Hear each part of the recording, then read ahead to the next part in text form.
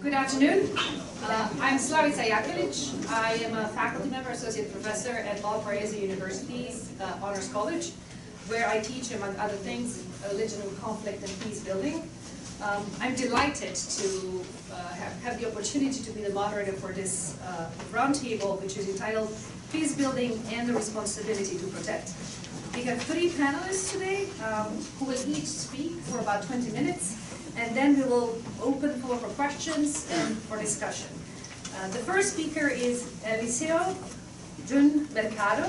Father Mercado is well-known peace advocate in Mindanao, home to the Philippines' largest concentration of predominantly Muslim indigenous minorities.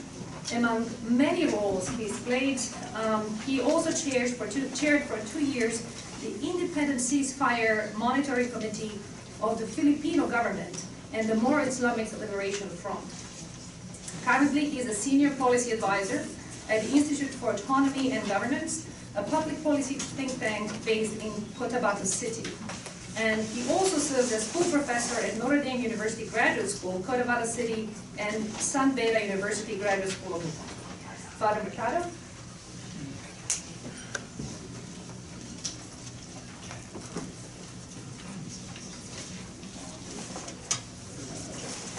Hello. Okay, I don't have a PowerPoint presentation. Either I don't have the power and I have the point. I have power and no point at all. So the topic that I've chosen for this presentation is the peaceful settlements of rebellion in southern Philippines. But if we read or get involved in the peace settlement in the southern Philippines, we know that it is not a finished product, but it is a work in progress. Through this name, peace process, it is a continuing process and continues to unfold. In the Philippines, there are 3 liberation fronts. One is a nationwide liberation front under the National Democratic Front, which is ideology-based. And to be more specific, it is the communist ideology that dominates the National Democratic Front, which is nationwide. And there are 2 liberation fronts down south, and this will be involving the Muslim population of the southern Philippines, the Moro National Liberation Front. You go by color coding, because we now go by color. The color of the Moro National Liberation Front is red. And then the other Liberation Front is the Moro Islamic Liberation Front, and the color is green. There's another color that is emerging in the horizon, and perhaps that will be the next picture in the peace process, and that color is black. As you know very well, the color of ISIS is black, which is the real threat now to peace, not only in the southern Philippines, but worldwide. But when we speak of the peace process, we must have the perspective that peace process is not the usual response of state or any established order for that matter. Because the natural response of established order, including the Philippine state, is to kill the insurgents, to kill the rebels, with the hope that by killing the insurgents and the rebels, you kill also the ideology that inspires or motivates the rebels or the insurgents. And similarly is done with terrorists. You kill the terrorists with the hope that the ideology behind the terrorists will die also upon the death of the terrorists. But in the Philippines, perhaps we will count this as miracles. There are 2 major events that contributed to the adoption of the peace process as a national policy, that means government policy. The first major earth-shaking event will happen in the 70s, and that will be the oil squeeze. You in the Western world, the old enough like me, will know the meaning of petroleum boycott. In the early 70s, the change of political policies of many states from Israel to Palestine. And similarly, that happened in the Philippines because of the war in the southern Philippines. There have been enough killing, the destructions of the Holo town. One Holo town was burned to the ground, bombed to the ground, massive evacuations, And then suddenly the Muslim community, particularly the Muslim producing countries, said we have enough. And they tried to boycott the Philippine government, and the Philippines being almost 100% dependent on oil, on petroleum coming from Islamic countries, suddenly changed policy because of the demand to settle the Southern Philippine questions through negotiation, peaceful negotiations. So that is one major earth-moving event in the 70s that led to a peace negotiation in the Philippines because of the oil boycott threats. The second earth-shaking event that happened in the Philippines will be the well-known, yesterday presented, the people power in 1986. That toppled the dictatorship of Mr. Marcos because people just decided now we have enough. The whole idea of enough killing, enough evacuation, enough violations of human rights, enough of all this dictatorship associated with this. And people said enough. And that led to the withdrawal of support of the military, and at the same time also people coming from different sectors converging in that whole highway called EDSA and said we have enough of Mr. Marcos and he had to go. So these are the two earth-shaking events. If you compare it to earthquake, that will be intensity 8, you see? That's intensity 8. So these two led to a change of policy in the Philippine government.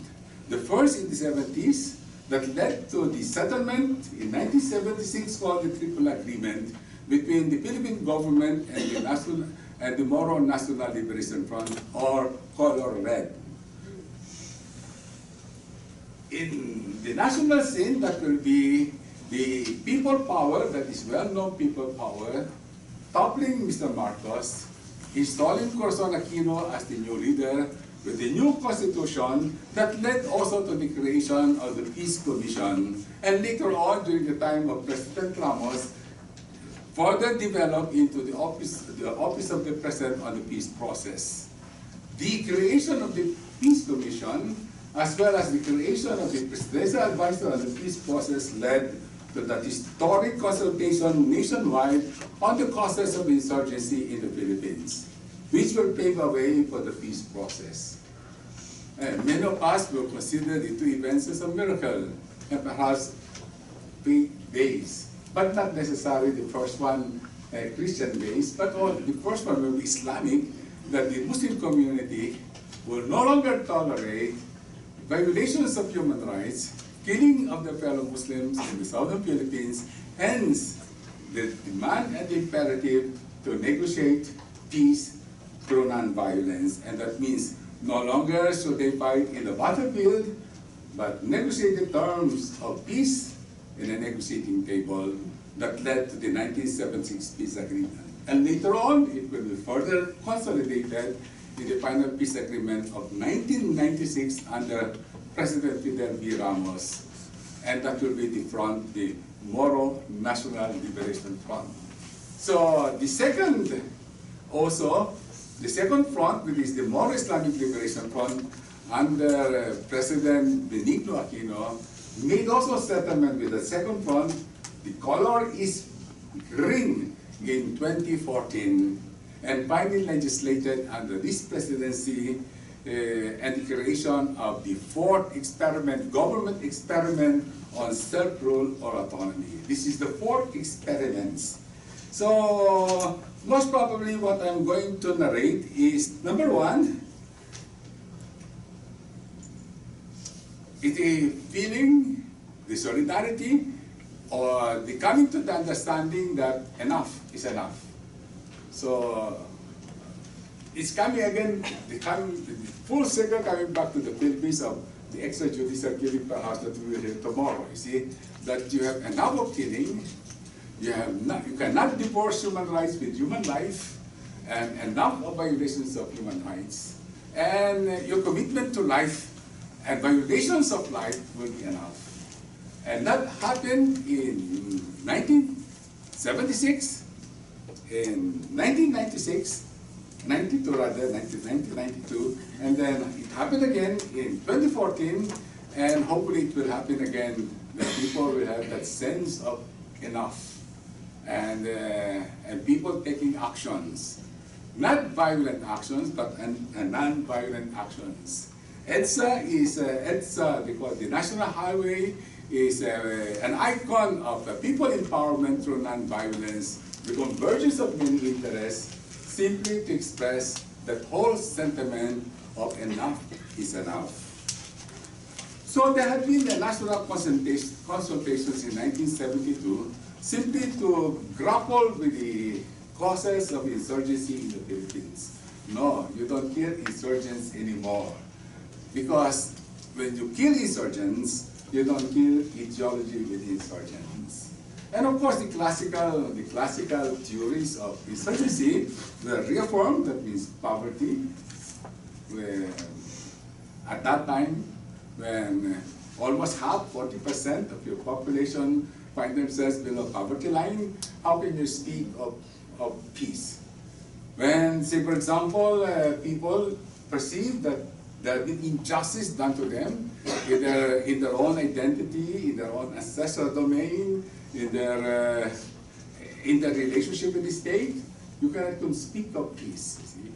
And when people experience also the denial of their own identity, non-recognition of identity, how can you speak of peace?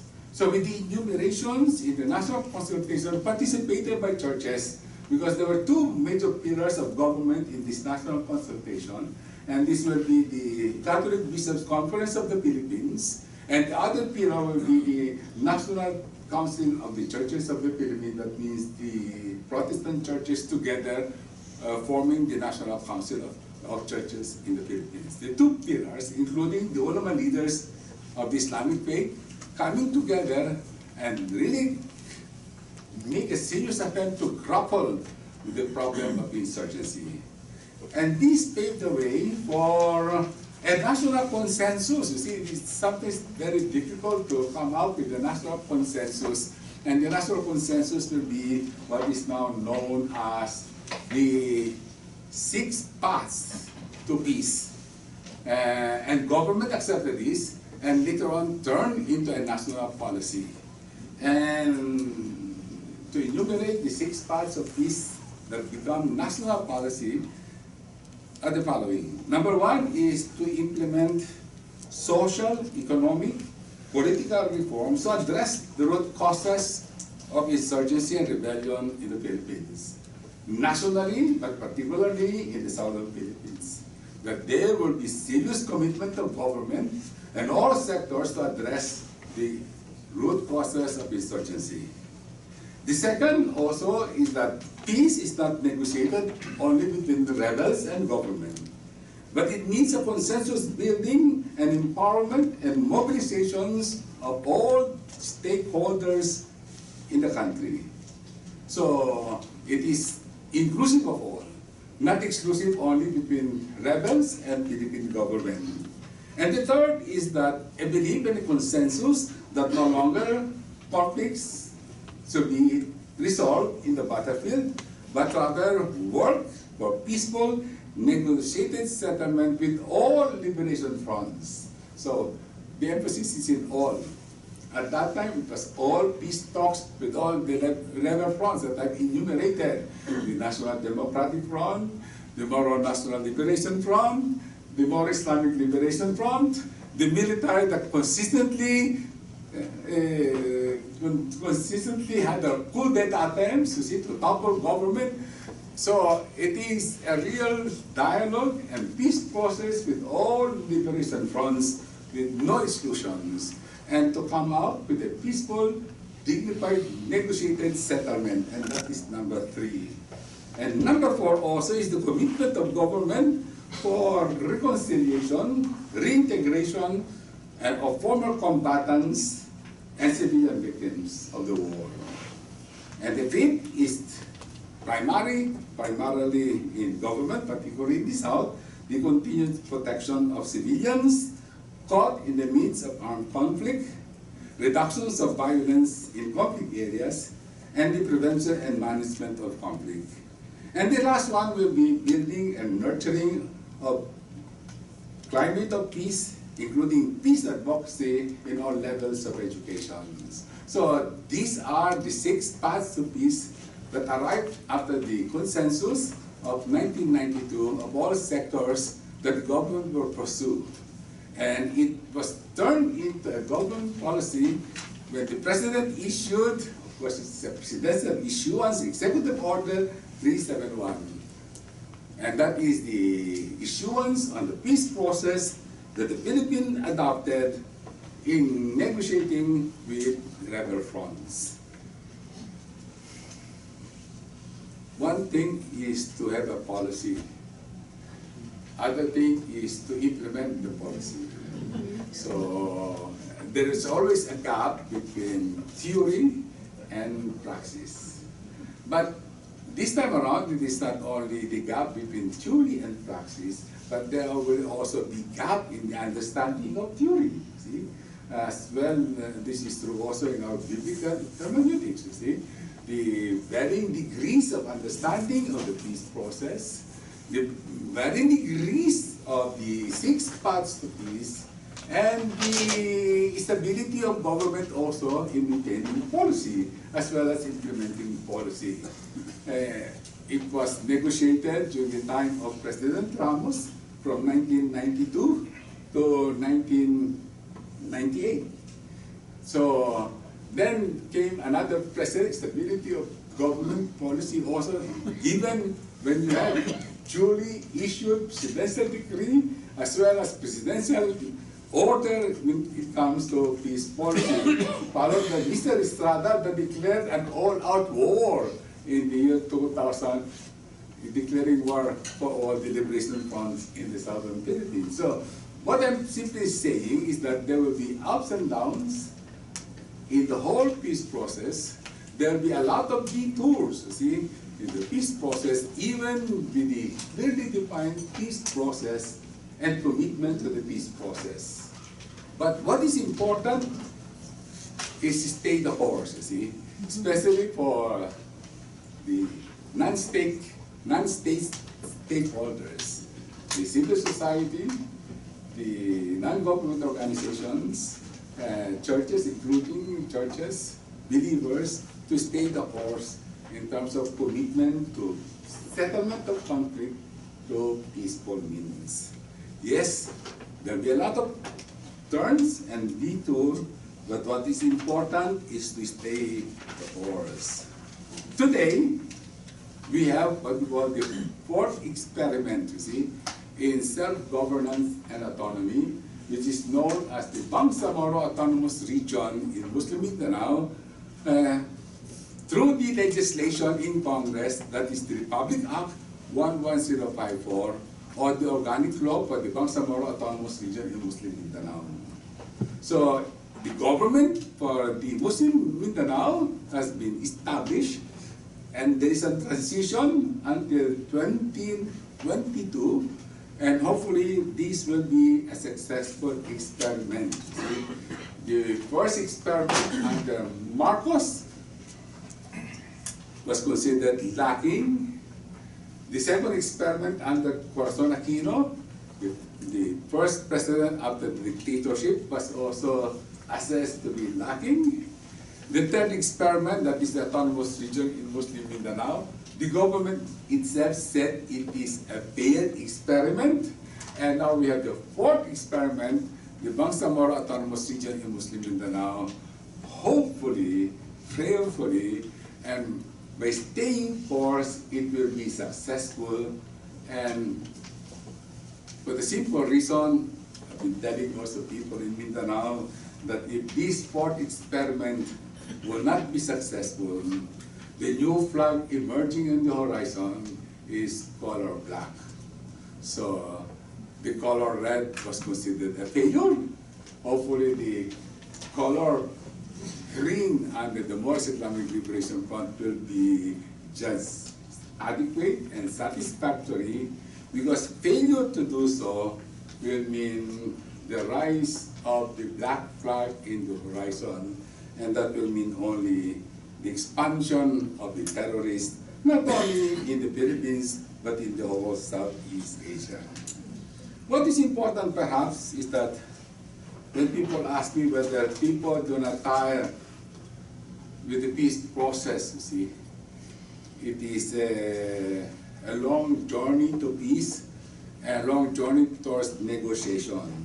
I can give only 2 examples and 2 answers. The first will be coming from the writing of a Nobel laureate by the name of Elias. So, because many of us in these failures will see the failures, we see the many deaths, we see the many cruelties, many displacement, and in the concentration camp in Auschwitz, one day when they hung 10 young boys, you see, before the prisoners of Auschwitz, and one voice at the back asked and shouted, "Where is Yahweh?" See, in that concentration camp. And many people in the southern Philippines, perhaps nationwide, when they see all the casualties of war, or when they see now Marawi City being totally destroyed, will ask, where is Allah, or where is God in all these cruelties, all these killings? But the response that followed the question was equally challenging to them and to us, and perhaps it rings true to the last speaker also of Bill, you see. The answer is that, where is Yahweh? There is Yahweh hanging in the gallows. I suppose also the question will be asked, people continue to ask, in all these cruelties that we are seeing, whether the non-violence is successful or not in all our attempts and looking for God. And the answer that we can give only is similar to the experience in Elias. Our God is there hanging on the cross, at least for the Christian tradition. The second one also, which haunted him, and this will be precisely the responsibility of survivor and witnesses, when he narrated his experience in the concentration camp with his father, at night crying for help, whole night crying for help, and he could not attend to his father because of fear until his father died. And the voice of his father crying for help continued to haunt him until his death. And precisely for him is that he survived the concentration camp simply to become witness, to narrate the whole story and narratives of Auschwitz to all people, so that never again it will happen. And that is the responsibility of survivor and the responsibility of witnesses. Today, in a war-torn Mindanao, I'm also a veteran of war in Mindanao, and I suppose we survived the war precisely to become witnesses. The witnesses of these cruelties and the witnesses to challenge people to continue to work for peace. Else, we will be hearing constantly in the night the voices of the people in the many refugee camps, many evacuation centers, and it will continue to haunt us. And the second answer I can give also to people who ask questions why we continue to work for peace, notwithstanding the danger, or perhaps notwithstanding whether this will be successful or not, or this will be another failure, is the simple answer of the former president of the once Czechoslovakia, Václav Havel, that what he's doing, the dialogue, the peacemaking makes sense. And ultimately, our work for peace through non-violence, to us believers, makes sense. Because if we save one life, if we preserve one house, if we protect one community, to us, it makes sense. And that is the only thing that matters. Not our theology, not our dogma, but ultimately, what determines our actions, what determines our perseverance, is precisely what we are doing makes sense. Thank you very much.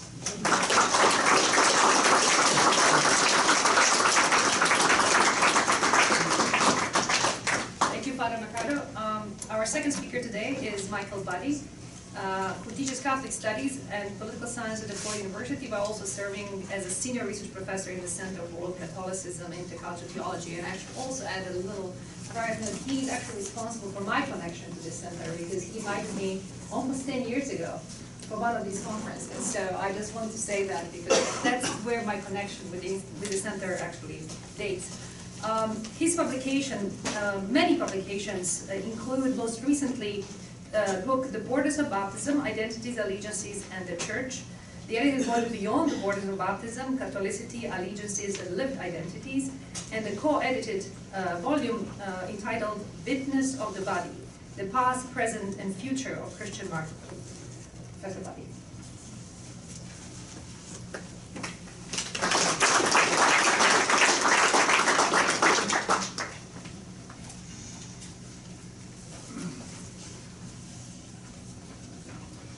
Thank you for joining us today. A few of my friends and colleagues know that I'm not often given to professional attire. They assure me that if I were to wear a necktie, that I would be both more credible and presumably more persuasive as a speaker. Just to be sure, I brought two.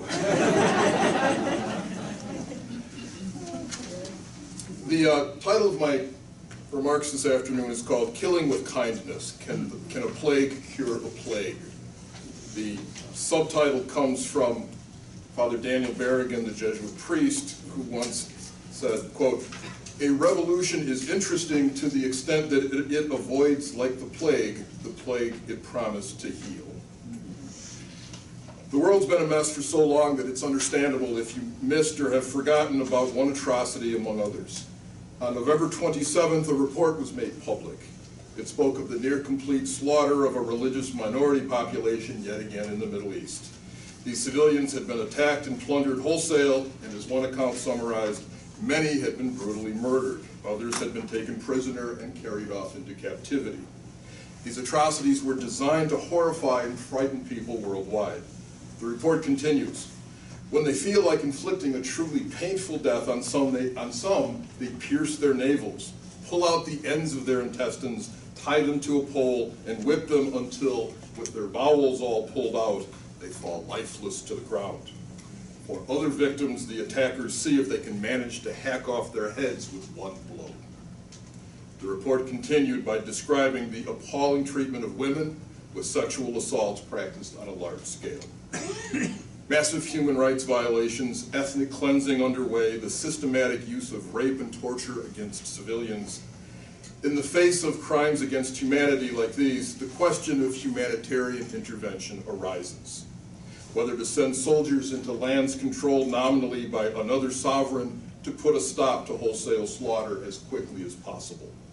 For many Christians from a variety of traditions and regions, supporters of Christian pacifism and just war traditions alike, for nearly everyone, in other words, the general presumption against war and violence can and should be set aside in such cases.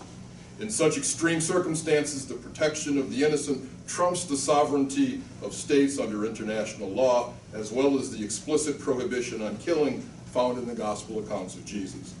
Many of us here, I suspect, would share in the sense that given large-scale atrocities like this, using the military as a last resort to protect the innocent is an act of Christian love that we can endorse. Such are the lessons of recent history. Many of us would support an armed intervention to protect civilians in the atrocities just described. The report in question became public on November 27th, but you're excused if you missed it. It arrived on November 27 in the year 1095.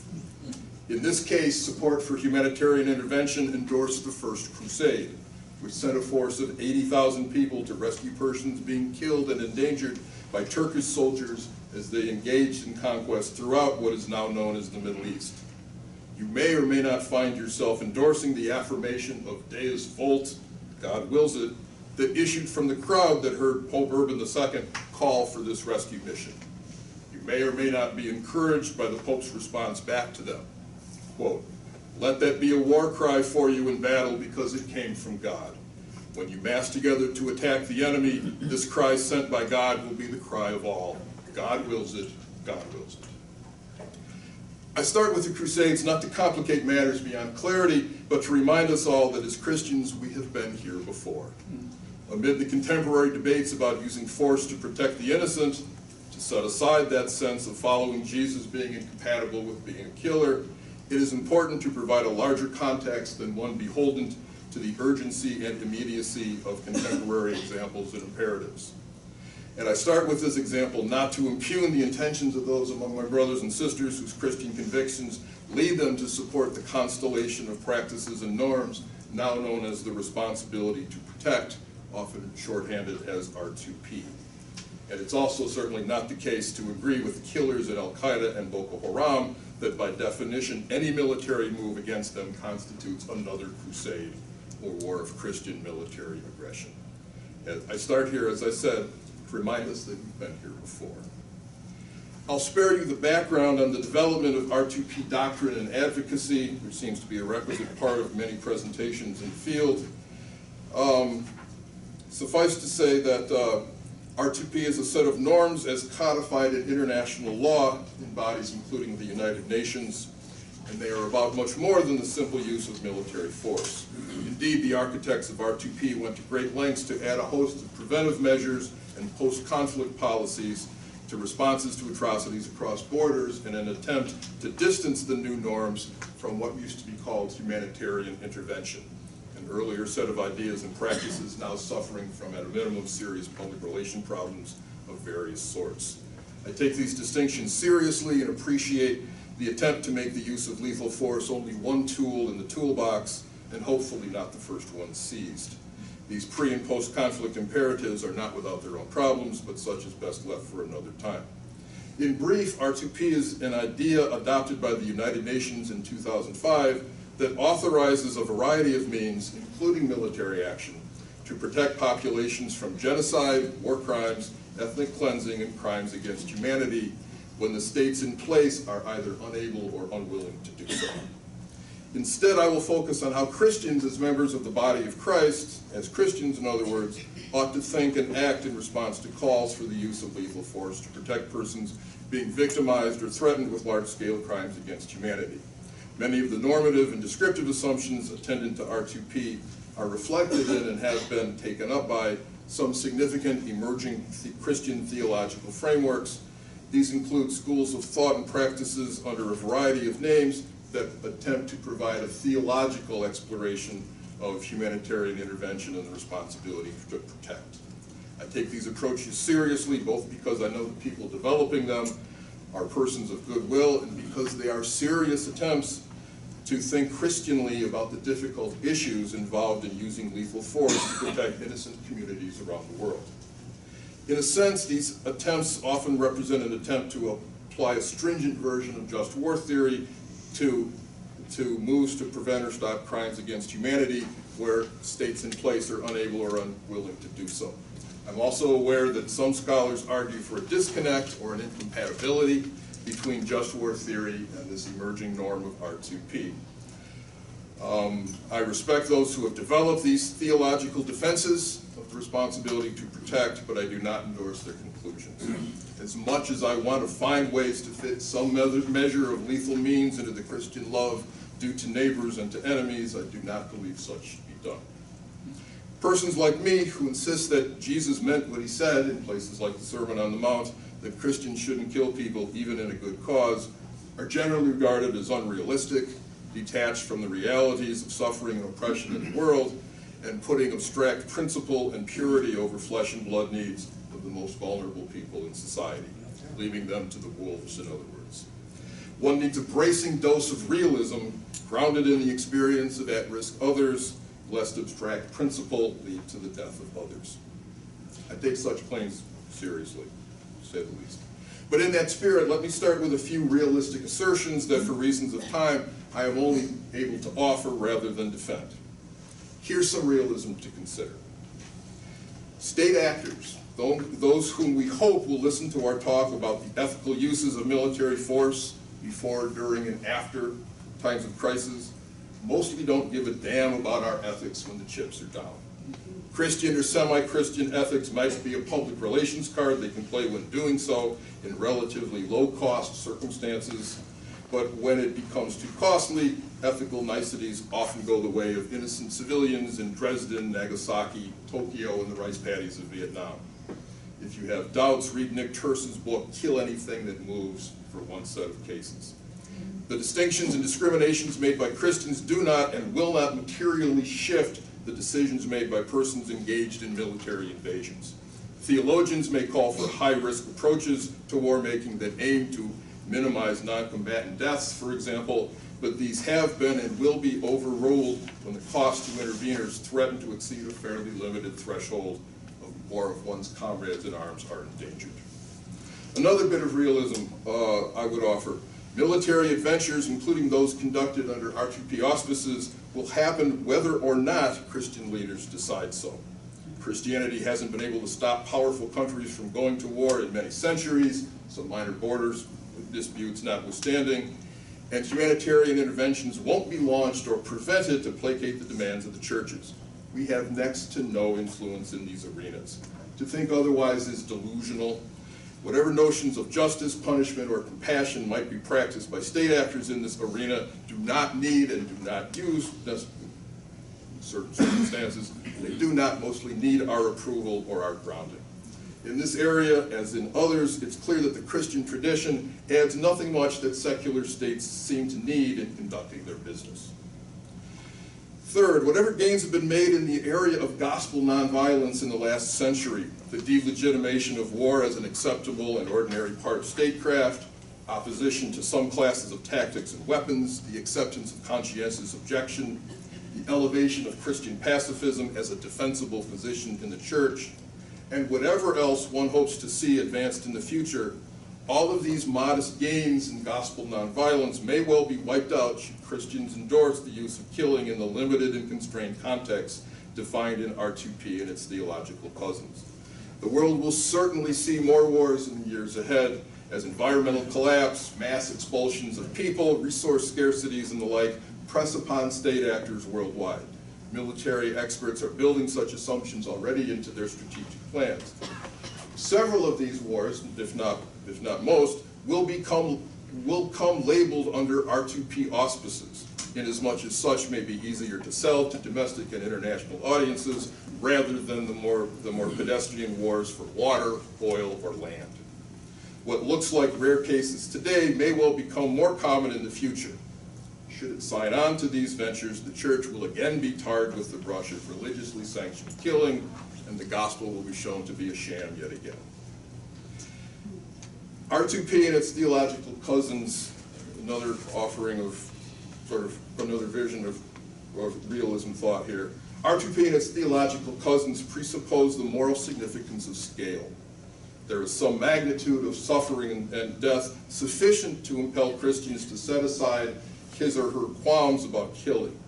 The immediacy of threats to vulnerable populations further add to the moral calculus. Thousands, perhaps tens of thousands of people will suffer and die unless you bless the use of force. Afterward, however, the accounting may not be so simple. To whose account, for example, should one charge the 250,000 persons dead in Libya after the successful R2P intervention and overthrow of the Gaddafi regime?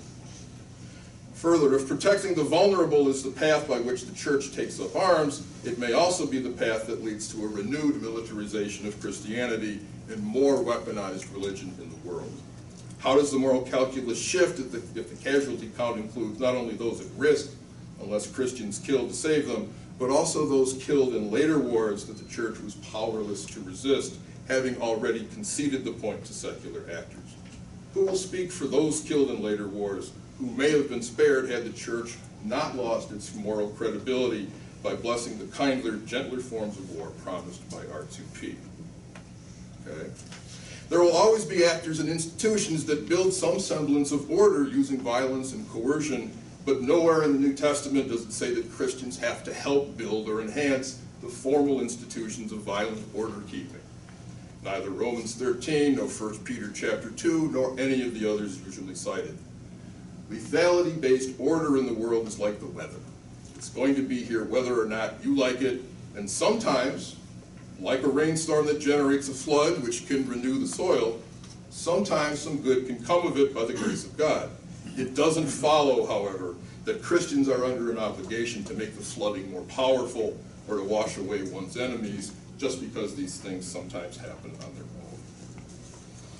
And finally, in this discussion of realism, despite its obvious emotional appeal, upon inspection it's not obvious that the refusal of Christians to use lethal force to kill persons who are killing persons is the same as being responsible for their death. Such an assertion is more akin to gangster ethics. If you don't give me what I want, I'm going to kill this hostage and it will be your fault. More of that than an unassailable chain of responsibility. I will skip some of what's become some of the secular concerns about this new responsibility to protect doctrine, and talk more about this explicitly theological matters. If you attend to the literature at all, you see that at least many Christian advocates of responsibility to protect package make reference to St. Augustine as part of the project to defend military force as part of peacemaking or police functions. While many of his criteria have received considerable attention, both in our time here and elsewhere, things like legitimate authority, proportionality, and last resort, for example, I want to draw attention to one feature that receives relatively literal attention in the theological reflection on responsibility to protect, namely the matter of right intention. Lest anyone feel that focusing on only one aspect of just war theology is a poor test of the framework, getting 4 out of 5 or 5 out of 6 should be good enough, for example, I'm following the guidance of some of the best contemporary advocates within the tradition. My friend Tobias Winwright, for example, speaks for many who describe themselves as strict constructionists in their approach. To him and others, each criterion must be met, and one must be willing to reject a proposed course of warfare if all the obligations of just war theory are not met. This is to take things beyond a minimalist or negative checklist approach, serving instead along the lines of a discipline that involves commitments, duties, and virtues as well as categories. Augustine's most famous passage on the matter, in which he claims that death and killing in warfare are not the worst things about it, appears in Contra Faustum Manichaeum. It's often referred to as quid culpator. Augustine writes, "For what is culpable or what is blameworthy in warfare? Is it because some men who will die anyway are killed so that others may be tamed to live in peace? This censure is one of cowardly, not conscientious men. The desire to harm, the cruelty of vengeance, warlike and implacable intention, ferocity of rebellion, lust for domination, and similar motives, these are what's culpable in warfare." Not only does Augustine place intention in one's interior disposition at the center of whether war is just or is simply murder, this move shapes what he does with the injunctions against violence in the gospel. These commands of Jesus are to be observed in one's heart, only in one's intention and attitude toward killing one's adversaries. Killing can be an act of charity, and torture can be an expression of corrective love. As one commentator summarizes, now the intention rather than the hostile act itself becomes the criterion for righteous warfare. The evangelical precepts are transformed so that love is no longer an inhibition on warfare. In some cases, it actually necessitates it. So central is intentionality to Augustine's understanding of just war that crusading war, war ordered by divine command, and aggressive warfare to avenge offenses against God, is valid because such is fought without the will to power and with a properly ordered sense of love and internal disposition. The matter of war-making with love in one's heart may strike modern persons as curious, if not downright nonsensical. Yet Augustine's ideas of intentionality is crucial if one is to maintain that just war-making or peacemaking is something consistent with Christian convictions and not merely an ideological window dressing provided for the dirty secular business of warfare and killing. The need to create and sustain the virtue of love would seem to be even more important in the context of just war precepts in R2P practices, in which deployed personnel are meant to operate with even greater limits and greater restrictions than are operant in all-out warfare. Which raises a crucial, oftentimes unexplored question: who will be the agents of lethal force employed in matters of responsibility to protect and protecting the vulnerable using violent means?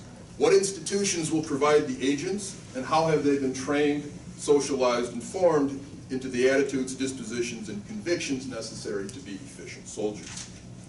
In some formulations, the agents of military intervention are to come from the United Nations or from some other multi-state institutions like the African Union or from regional security organizations. In reality, of course, national military institutions are the primary means of deploying military force, even for groups like the United Nations, or who rely on units loaned to them by member states. These are the institutions that will be charged with acting with right intention and love in the process of exerting lethal force on behalf of at-risk persons. These institutions, let it be remembered, national or multilateral, have their own ideas about intentionality and about the formation and socialization necessary to create soldiers. These priorities predate ideas of humanitarian interventionism and responsibility to protect, and take priority over whatever formation of persons one might want to see for interventionary military forces in a charitable fashion. Foremost for modern military institutions is the formation of young persons into efficient killers, people able and willing to kill upon the orders of others or to kill on their own initiative and to do so under highly stressful conditions. On one level, this is a statement of staggering banality. Of course, soldiering requires teaching people how to kill. It's the job description. On another level, however, the matter is nowhere near as straightforward nor obvious as it may appear. In fact, conventional wisdom notwithstanding, it is very difficult to compel most people to kill other people. It is a problem that's occupied the best of military minds for centuries, and contrary to the stereotypes, there seems to be a deeply ingrained aversion to killing another human being, even in conditions of combat and self-defense. Some of you are familiar with the work of David Grossman, retired Army colonel and psychologist, whose book on killing brought into public view how difficult it is for military forces to socialize young people into killing. Among other things, Grossman reminded contemporary readers of the work of Brigadier General S.L.A. Marshall, the official combat historian of the European theater in the Second World War. Marshall's research discovered that only 15 to 20% of individual riflemen were able to fire their weapons at exposed enemy soldiers. The vast majority were unable to do so, even at risk to themselves. This extreme reluctance to kill, even in the most just of just wars, confirmed earlier research from the Civil War and World War I on high rates of refusal to fire, and has been confirmed by subsequent research and experiences. None of this has been lost on those who create and deploy armies.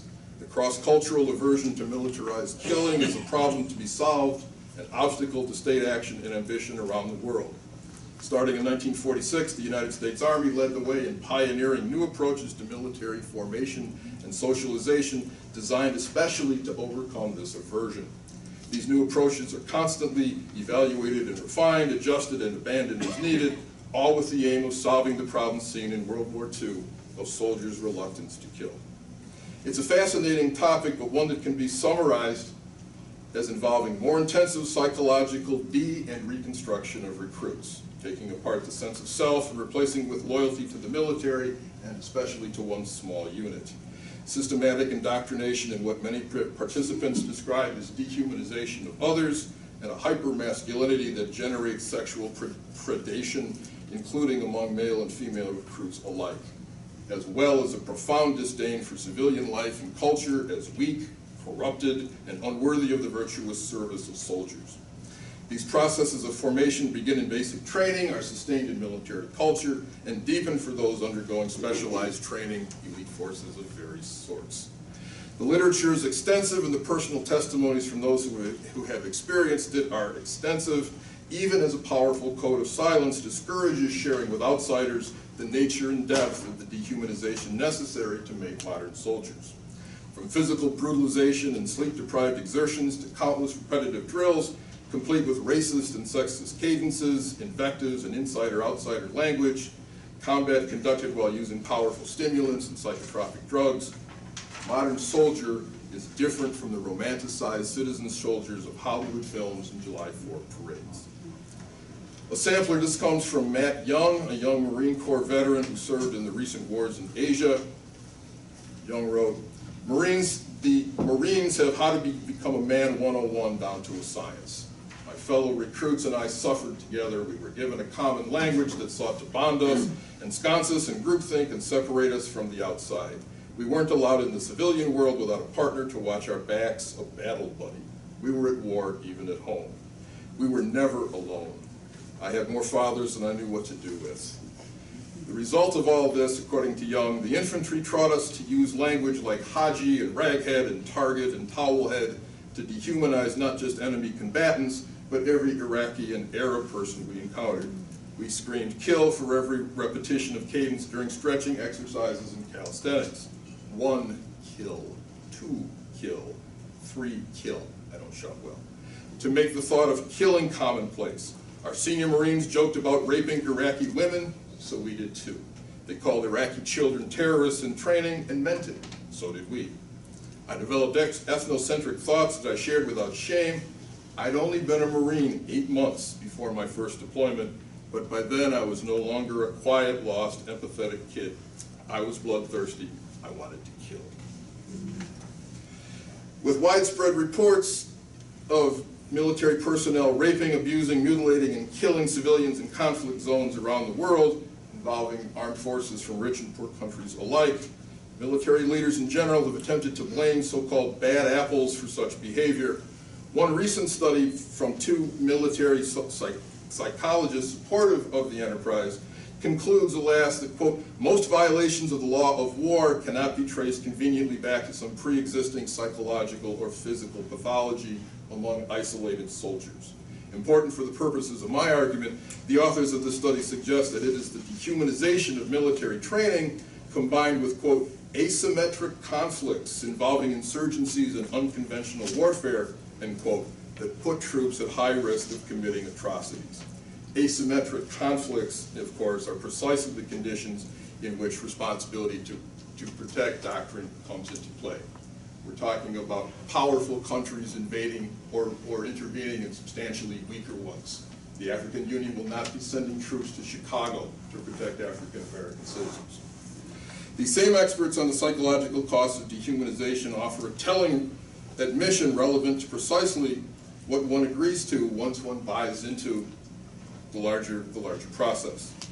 One response would be to suggest that all forms of dehumanization should be resisted rather than being incorporated into military training.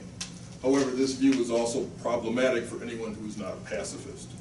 If we accept some version of just war theory and therefore endorse the view that violent military force is sometimes required in defense of a just cause, then we are courted by the reality that troops do need to be trained to kill. Indeed, for justifiable military actions, there is a strong moral argument that military training should, first and foremost, be directed at enabling our troops to kill in the most efficient and effective manner. We doubt this can be accomplished without allowing some form of dehumanization of the enemy. We're running short on time. There's a lot more to be said about this particular thing, but to bring it back home, these are the tools at issue if the church is to endorse even the otherwise laudable ambition of protecting innocent people abroad. The church is dependent upon the tools at hand, and these tools they do not control. What's the alternative? Are there any other institutional forces that could be deployed to rescue innocents at risk in ways that meet the strict conditions of responsibility to protect? I have a proposal. If one is serious about conducting armed interventions in ways that respect Christian convictions described herein, I suggest that we have no other choice than to bring back religious military orders, Christian armies. You heard me. I'm serious. Christian military orders like the Knights Templar, the Knights Hospitallers, and more. The only way to make sure that one conducts war, fulfills police functions in ways that harmonize R2P with Christian just war principles is to have soldiers deeply formed by Christian convictions and practices. Just the opposite of, or at least a robust supplement to, the formation steeped in bloodlust, misogyny, xenophobia, and enemy hatred baked into secular military institutions. While they may have done so imperfectly in the past, Christian military orders attempted to engage in simultaneously deep formation and socialization of members into martial dispositions and practices, and into Christian sensibilities and ways of inhabiting the world. Who else can kill with love? Who else will be adequately prepared to sacrifice persons under their command in the interest of Christian principles? Who else can be trusted to refuse orders given by self-seeking secular rulers who would exploit a humanitarian crisis for crass political or economic advantage? I see no way around it. Unless one is willing to entertain the prospect of specialized military forces capable of acting in accord with Christian principles so defined, perhaps we're only play acting. It's absurd to believe that powerful states of this age will conduct themselves in anything resembling standards held by Christian ethicists looking to make room for violence of a highly constrained sort, except under highly constrained circumstances. They will ignore those cases where intervention is needed, but not in their self-interest. They will ditch limits on warfighting options when the cost becomes too high, and especially if defeat becomes a real possibility, and they will use ideological cover provided by well-meaning Christians to legitimate a range of objectives, some far beyond those countenanced by well-meaning Christians. We've returned full circle to the beginning, to a call for humanitarian intervention in the year 1095 to be answered by reconstituted Christian armies. If either of these seem distasteful to you, if they violate some deep religious intuition, I suggest perhaps we should pay attention to those intuitions and take them seriously. They suggest that killing for Christian reasons becomes and remains a bridge too far. Contradiction at the level of visceral reaction that should be explored rather than buried under piles of exculpatory discourse. That, I suggest, is what Deus Vult, God means, in our time and place. Thank you.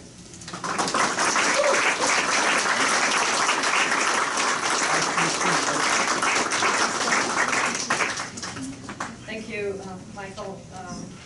Our last speaker for this afternoon is Elias Omondi Opongo, who is director of the Hekima Institute of Peace Studies and International Relations at Hekima University College in Nairobi.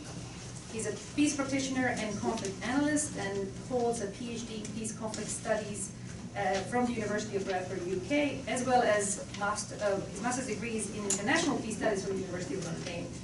Among his many publications on conflict resolution, transitional justice, peace building, and Catholic social teaching are most recently books entitled Leadership in Peace Building in Africa, Transitional Justice in Post-Conflict Societies in Africa, and Pope Francis on Good Governance and Accountability in Africa. Mr. Opongo.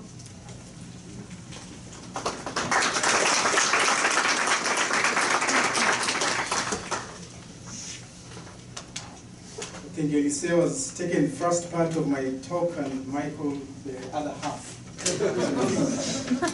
I'm left with a good summary. Think of the family of John and Becky, who had a dog, Sissy, and a 7-year-old son, Tony. And the dog had been very friendly, obviously, for many years. And one day when Tony was playing with the dog, as he always did, the dog went for his hand and refused to let the hand.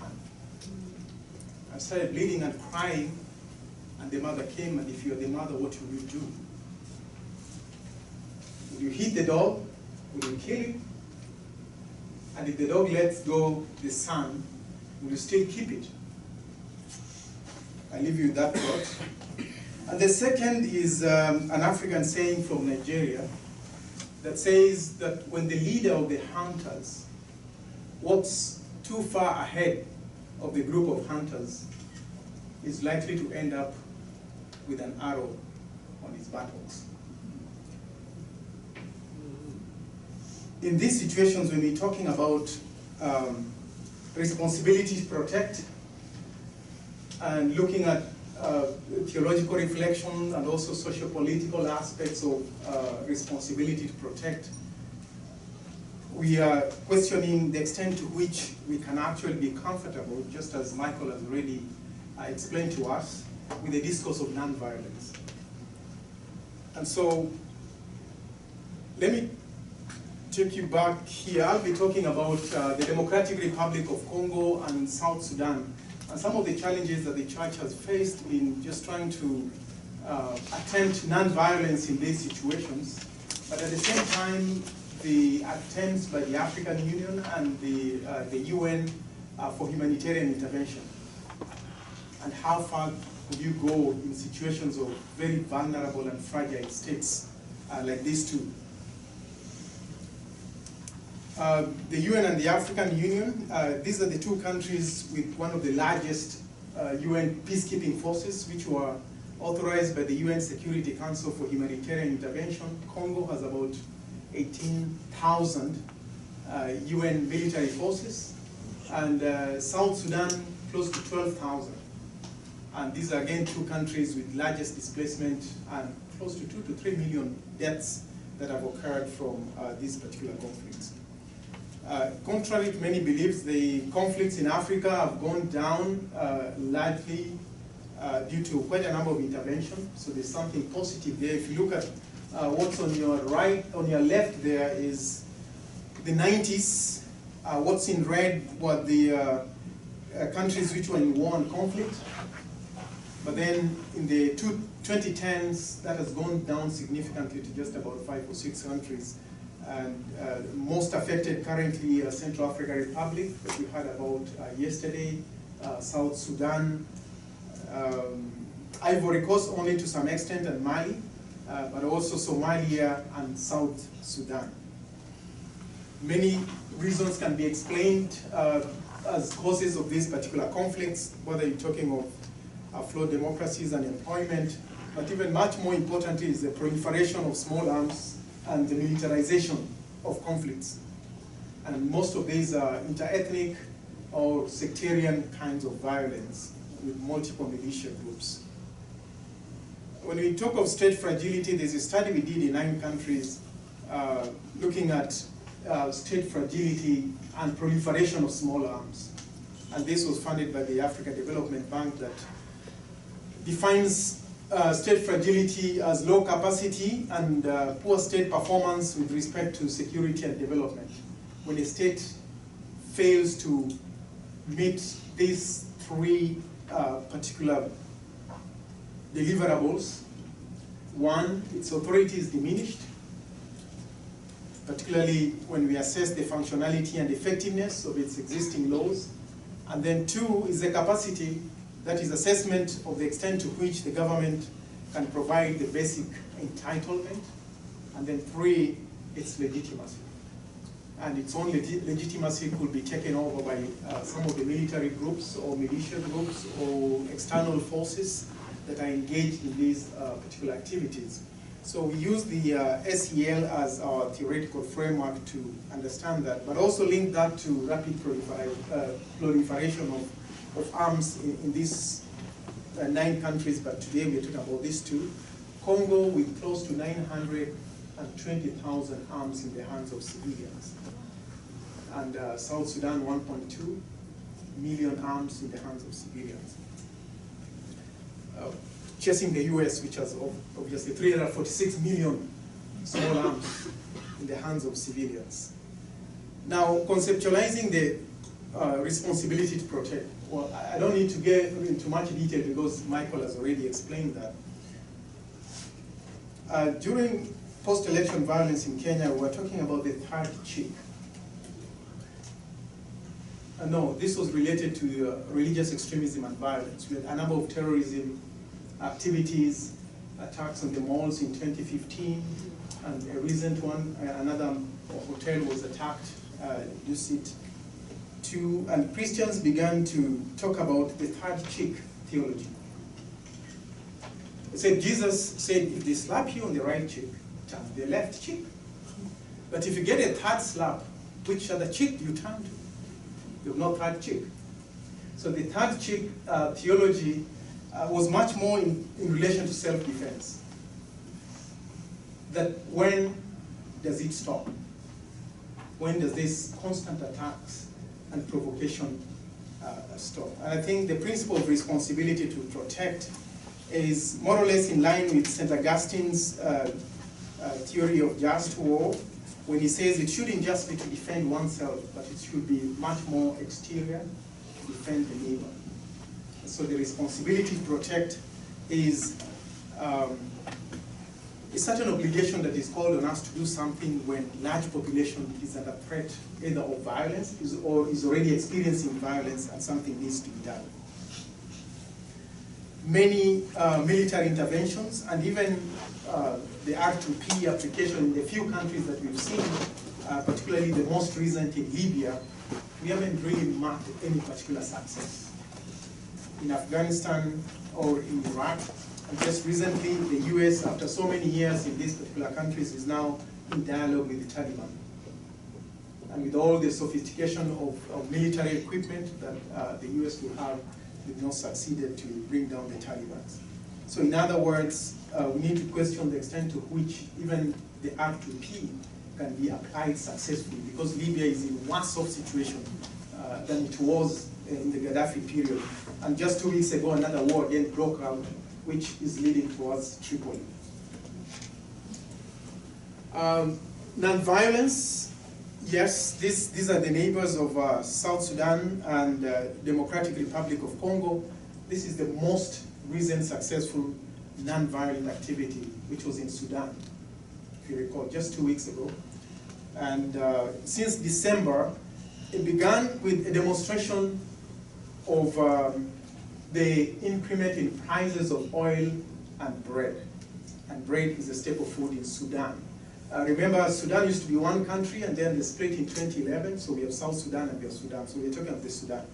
And in the Sudan, the civilian came out in large numbers to protest against the increment of these prices in food and oil.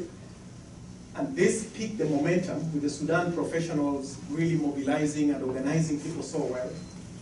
And the police brutality was then meted on them, but they still continued. And up to about 3 weeks ago, well, the demonstrations were going on and they were asking for the resignation of the president who has been there for 30 years. Eventually, they went and surrounded the military camp. And within a week, the military asked the president to step down. And the military promised a transitional government within 2 years. And they said, no, this was a civilian agenda. We want a civilian government, and we are not leaving the military camp. And so they are still there. The military has finally agreed to a kind of a hybrid of a civilian military government as a transition towards a full civilian government. So that's a positive success. About 60 people were killed by the police, but there's a big success there. Let's look at South Sudan, which separated, is the most recent country, only a few years old, 8 years old, since 2011. Unfortunately, immediately after independence in 2013, war broke out, and in 2016 again, and most recent was towards the end of that 2016, but we've seen a peace deal that was signed, but still the country is in a very fragile situation.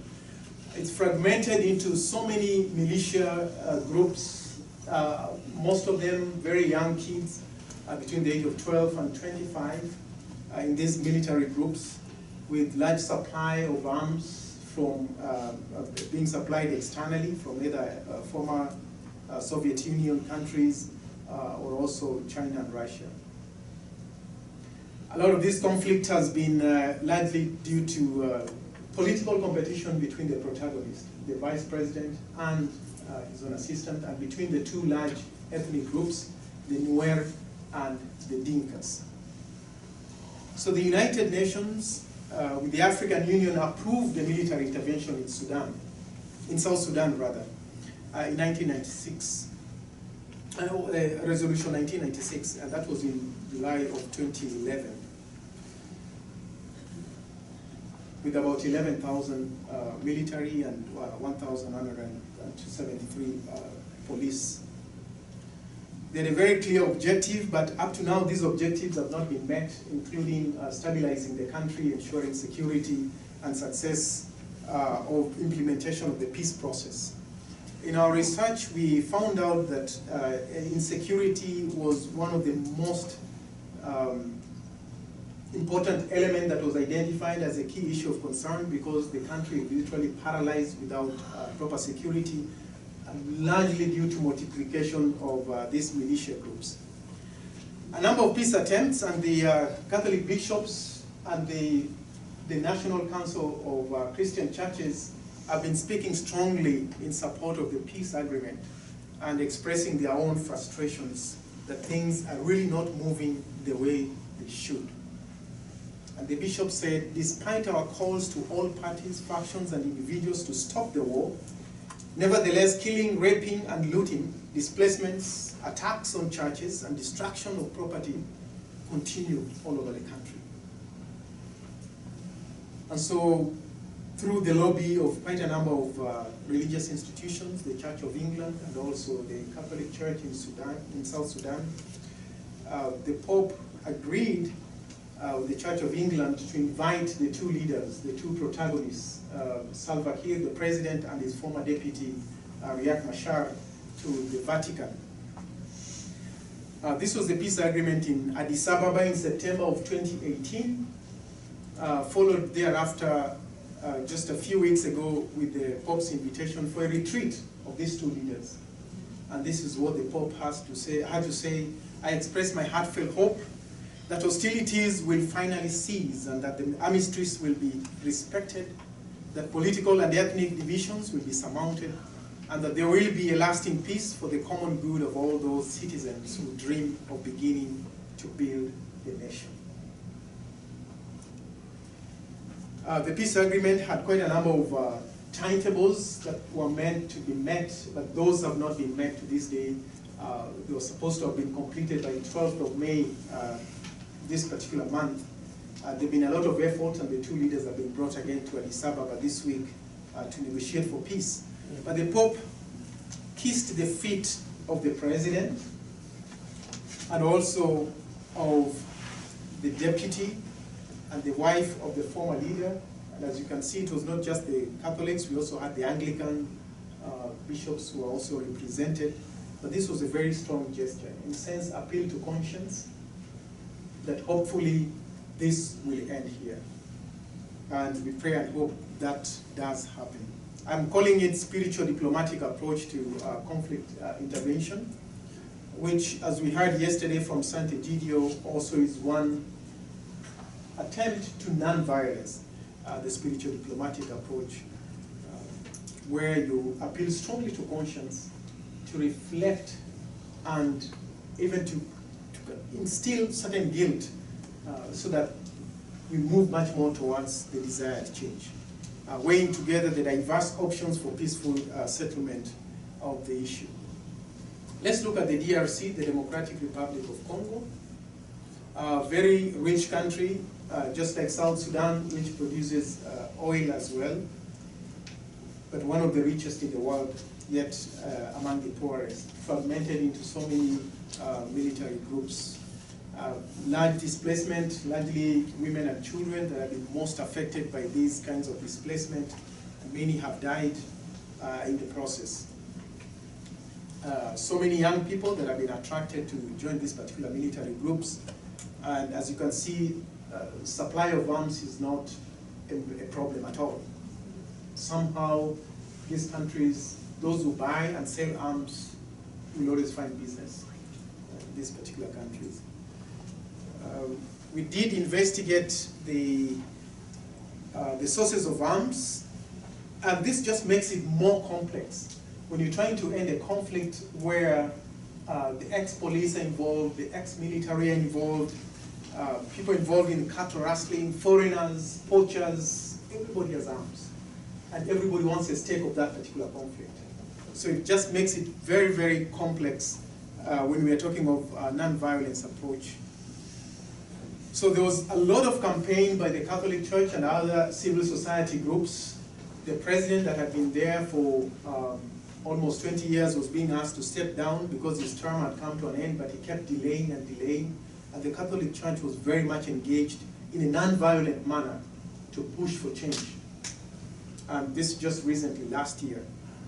And so the bishops came together and said, since we are not seeing so much change, they invited the parties in 2016 and negotiated a deal with a clear timetable towards the election, which was not respected. And so the Catholic Church called on its own members to demonstrate every Sunday after Mass. And it became very uncomfortable for the government. And so they started even sending the police into the churches and beating up people. So what that did is that with these groups of many young people who came every Sunday, they kneel down, raise their leaves, and said, all we want is the president to step down and give us free and fair elections. And sometimes even the priest will come out with their full garment just after Mass, and they will still be attacked by the police. And as you can see there, quite a number of people are killed in the process. But they did not stop. These demonstrations went on and on until the president stepped down and agreed to call for elections. So that's one good successful story. But then just to highlight some of the statements from the bishops, in just this April, they said solid and democratic institutions of a nation can only be based on ethical values. For this reason, the Congo Bishops' Conference will continue its civic and electoral education program for the population, as well as its commitment to citizen electoral education. So here they are. But as a result of these demonstrations, churches were attacked, seminaries were attacked, and they will hire these youth and goons to attack the schools as well. So the bishops said that these incidents lead one to believe that the Catholic Church is being targeted deliberately in order to sabotage her mission of peace and reconciliation. Along with all the bishops, we denounce these acts of violence, which are likely to plunge our country into unspeakable chaos. Again, very, very strong commitment. And again, if you're standing for these non-violence actions, there will always be these kinds of sabotage. The Archbishop, the Cardinal of Kinshasa, was personally attacked with false kinds of stories around him, but they still soldiered on. So can non-violence work in intensely militarized situations? I think Michael has already treated that particular topic. Yes, to some extent, and I think the South Sudanese and the Congolese communities have shown, both the civil society and also the bishops themselves, that it is possible. And these are countries that have known conflict for many, many years, and they're being pushed more and more to dialogue. And to facilitate that dialogue in a very trusting environment is very important. At some point, the churches in Congo were divided, and they had to bring them together to, the Vatican had to bring a delegation to bring both the Protestants, the Anglicans, and the Catholics together to speak with one voice. And that, again, we see an ecumenical diplomacy right there. So just some points and suggestions for non-violent to work in these situations of militarized and almost desperate situations. Build bridges between ethnic groups, because they're highly ethnicized. For example, in Sudan, in South Sudan, we have a Nuer prophet who has said one way of addressing this is let's intermarry. Let's intermarry, because the two big ethnic groups, the Nuer and the Dinkas, are the ones fighting. So it's really pushed for the intermarriages between the communities. Number two, promote dialogue and harmonize narratives. War tend to introduce new narratives, and largely of hatred and humanization. Conversion, the South Sudanese bishop said, politics alone will not solve our problems. It's time that we also think of conversion, a change of heart. And I think that's part of the reason why they pushed for these leaders to be taken to the Vatican for retreat. Number 4, multilateral approach to conflict resolution, not just through the churches, civil society organization, international community, lobbying, different groups is critically important. 3, enhance ecumenical diplomacy. And I think we need to learn the art of diplomacy from a ecumenical perspective and how different churches can come together, or even different religious groups as well. Their spiritual diplomacy, we tend to downplay it, but it has some impact. I think the witnessing of Sant'Egidio here last night also showed us that if we dare spiritual diplomacy, things could change. Support civil society commitment. In these 2 countries, civil society has been the most vulnerable. The president of South Sudan was quoted as saying, well, if you demonstrate, you're risking your life because I cannot afford rubber bullets. I only have live bullets, and that's what I'm going to use. So many people have been killed in the process. Design multilateral sustainable approach to disarming perpetrators of violence and hence ending human suffering.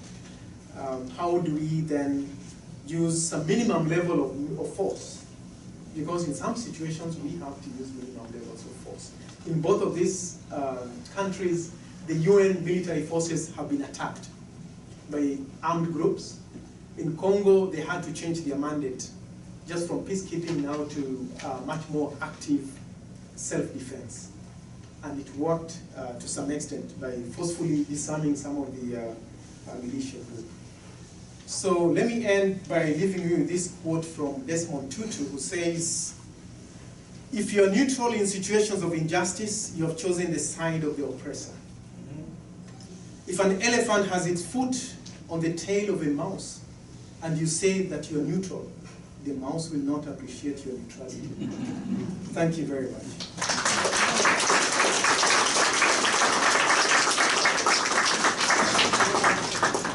If I can ask our speakers to come back so we can continue the conversation. We have some time for questions from the audience,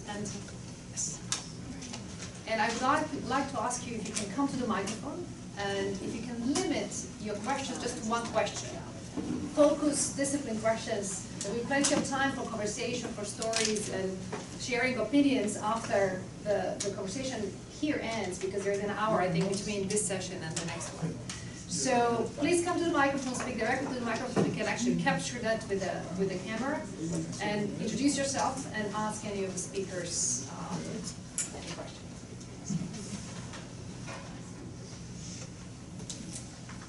Before we start, I'd like to take a moment and thank some visitors. For reasons known only to them, I have people here from my high school graduating class 43 years ago. I sat in front of and behind 2 of them in Latin for 4 years. Another gentleman I have known for 55 years. I think I still owe him a pencil from 2nd grade. His wife and daughter are here, and I hope your social life improves in the future.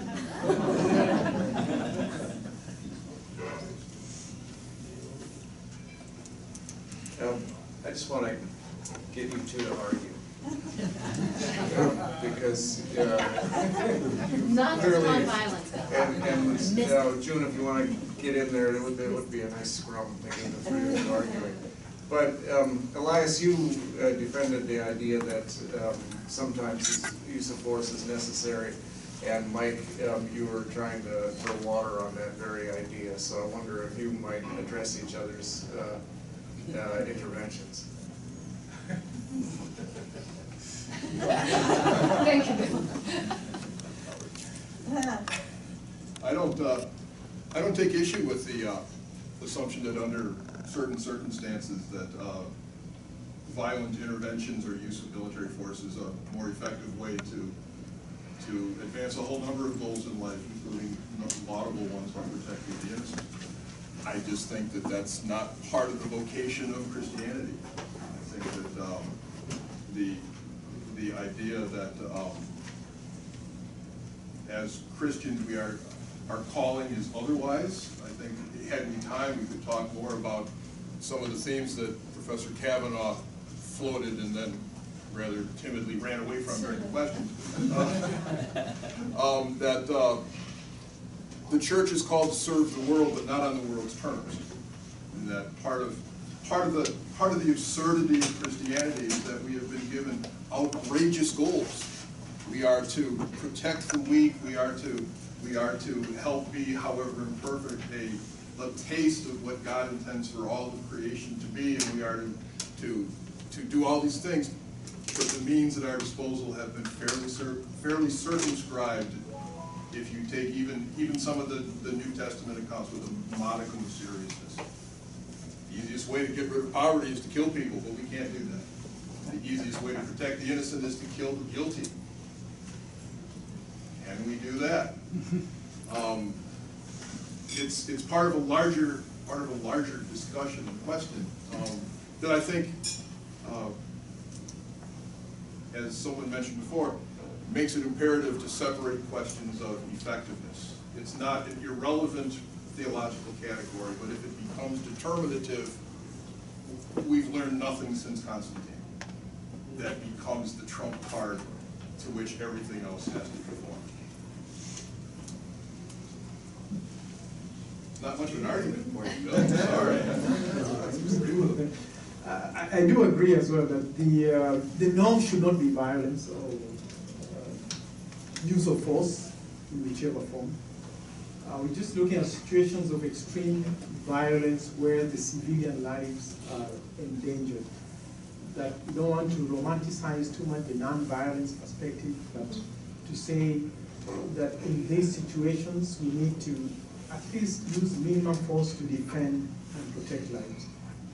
General Deleo, who was leading the UN forces in Rwanda during the genocide period, he said, just give me 500 more UN soldiers, maybe just 1,000 on the safer side, and I'm going to stop this genocide. And send all these calls to New York, and constantly, we all know the story, and nothing was done, and 900,000 people died.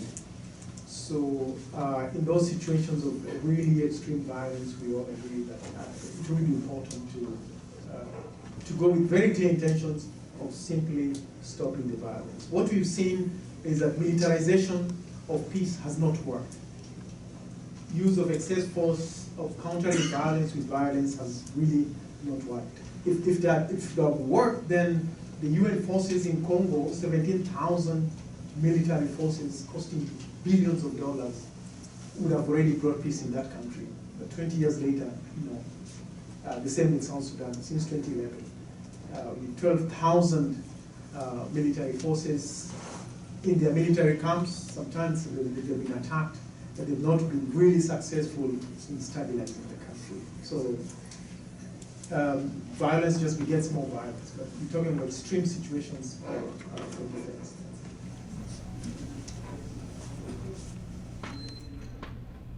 Personally, I have an experience of conflict with the military in the all-out war because the military people in our country are supposed to be graduates of the Harvard School of Government, and they were taught a peace process that requires what we call a controlled or managed use of violence and a show of force when you negotiate with rebels.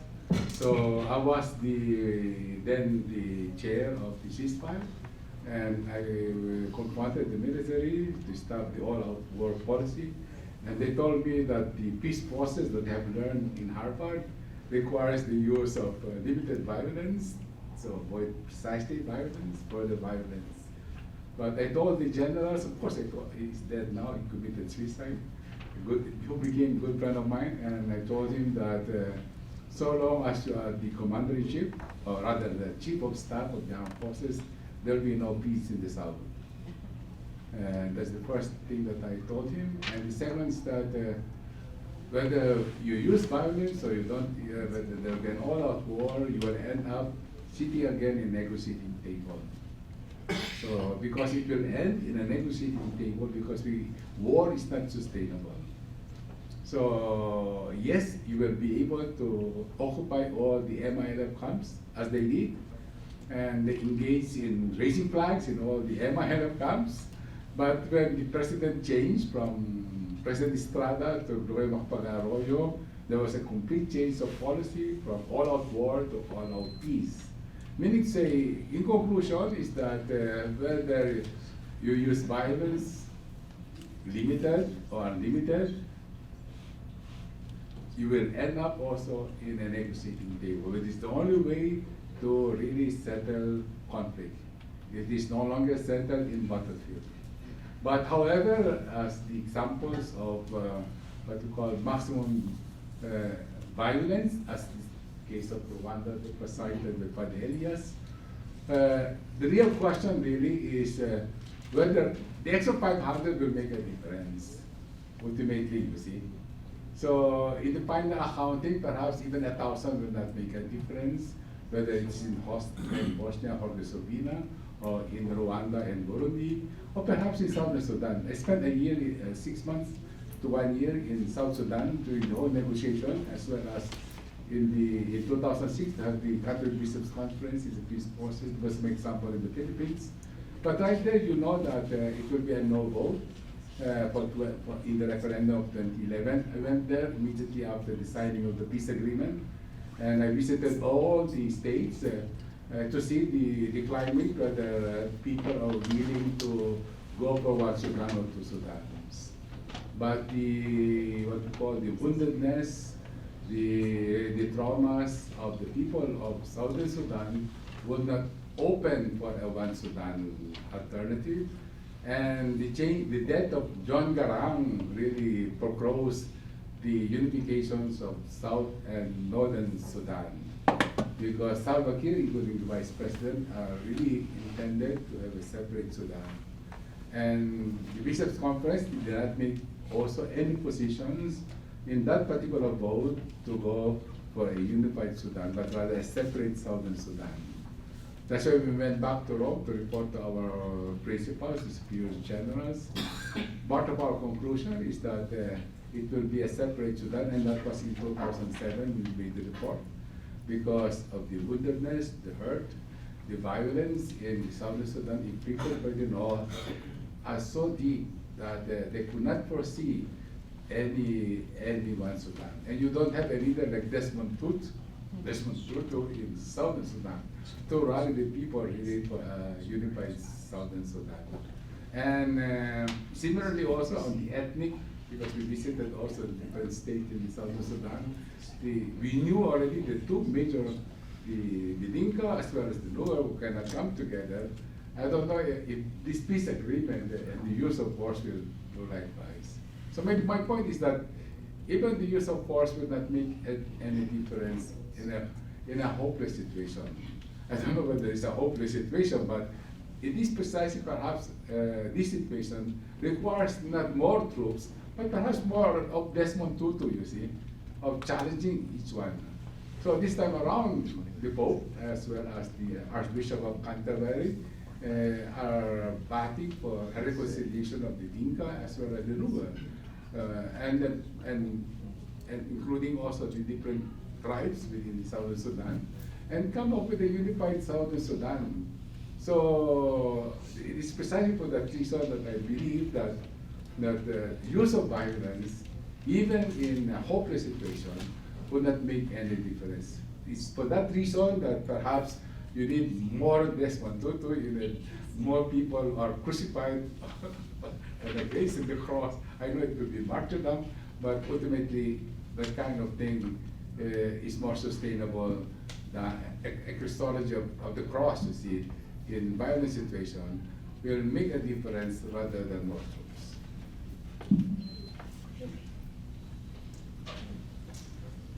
I'm Bill Ruha from Joliet, Illinois. Thank you for being here in your presentations. But mine is more a personal concern. I admire, love life, and I don't think we should kill anyone. I've always felt that for a number of years.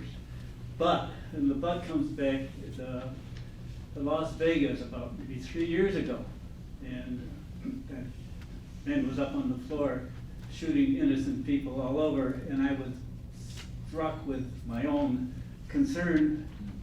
If I was in that situation, would I be willing to kill that person? Because it seemed like a endless problem. But I don't know if there's an answer to it, but I want to bring up my personal problem. Thank you. This is for any of the speakers, right? Okay.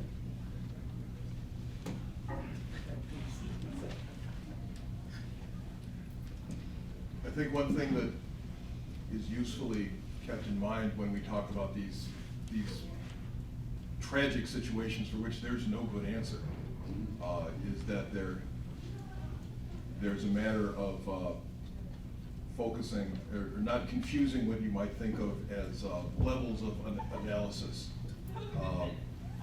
What one does in sort of predicament ethics of you as an individual immediately confronted with an overwhelming problem requiring immediate reaction calls upon some moral intuitions and judgments that are different from those involved in talking about systematized, institutionalized, pre-planned, bureaucratic responses. And I think to argue from, well, you might have done this to protect a loved one in a moment of crisis, therefore you must also legitimate this macro level, more systematic course of conduct, I think is a category error. And so I think that I think both speaks to, your concern about, well, in a moment of crisis, what would I do? Am I violent? None of us know. I mean, my family and I have had those conversations. We have aspirations to what we would do. But nevertheless, that's different than saying, I'm willing to sign on to imperial agendas and enterprises because I'm unable to rule out for everyone in every circumstance what they would do in a matter of individualized crisis moment.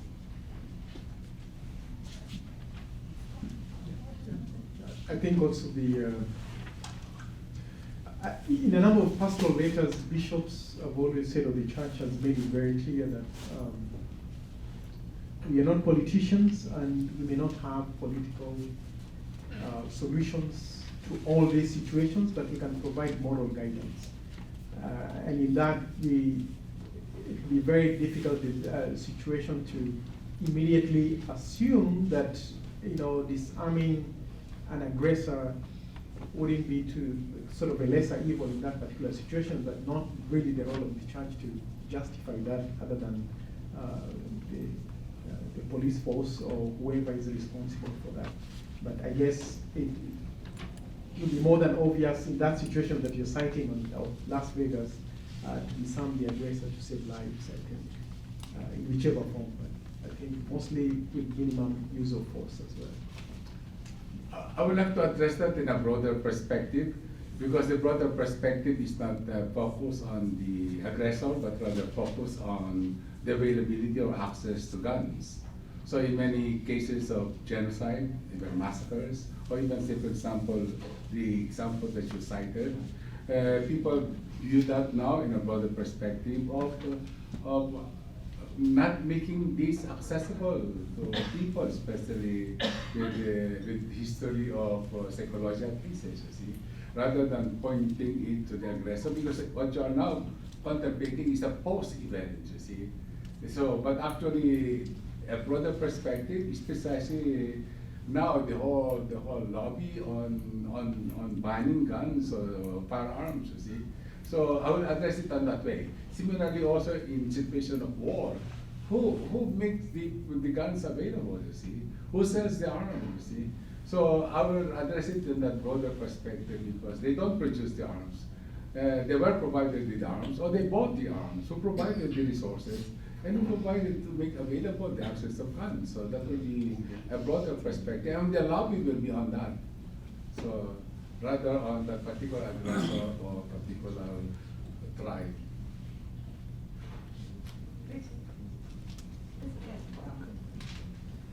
Yeah, my name's Linda. I'm concerned or asking about, you mentioned the Soviet Union handing guns over in Sudan, everywhere.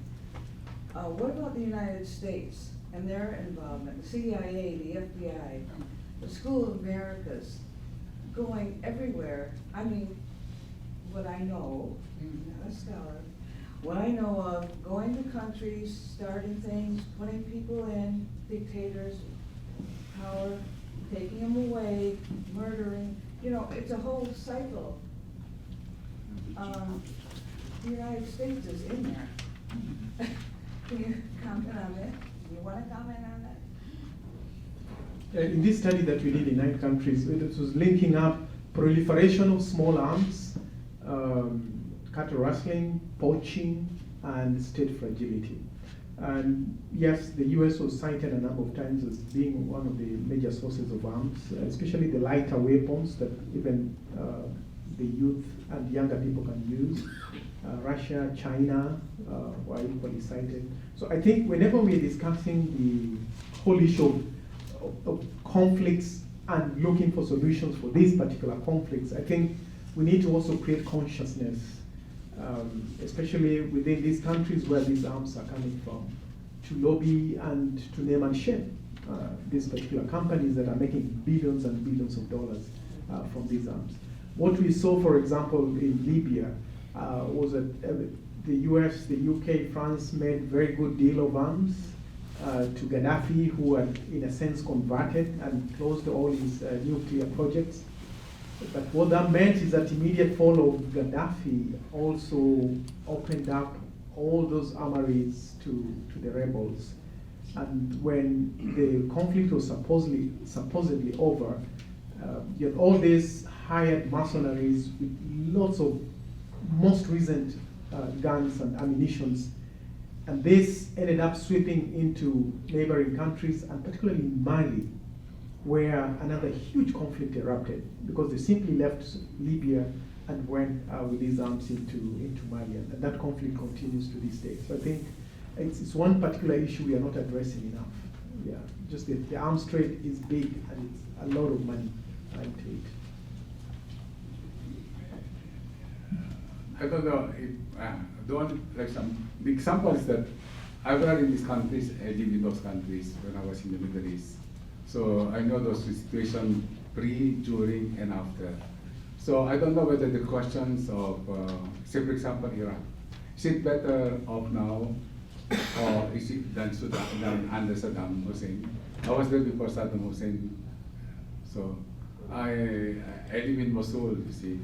So, and now we see Mosul then and Mosul now. I went to Syria, to Aleppo. So I saw Aleppo successful then, and Aleppo now total destruction. So the all-out war on terrorism, of course, triggered by Twin Tower attack. Of the 20 so-called terrorists, 20 are from Saudi Arabia. And the war was brought to Afghanistan, suspecting the Taliban to be in cause. Of course, the Al-Qaeda will be part, and then the Taliban gave sanctuary to the Al-Qaeda. But no, they will be talking to the Taliban to normalize all Afghanistan because it's anarchy.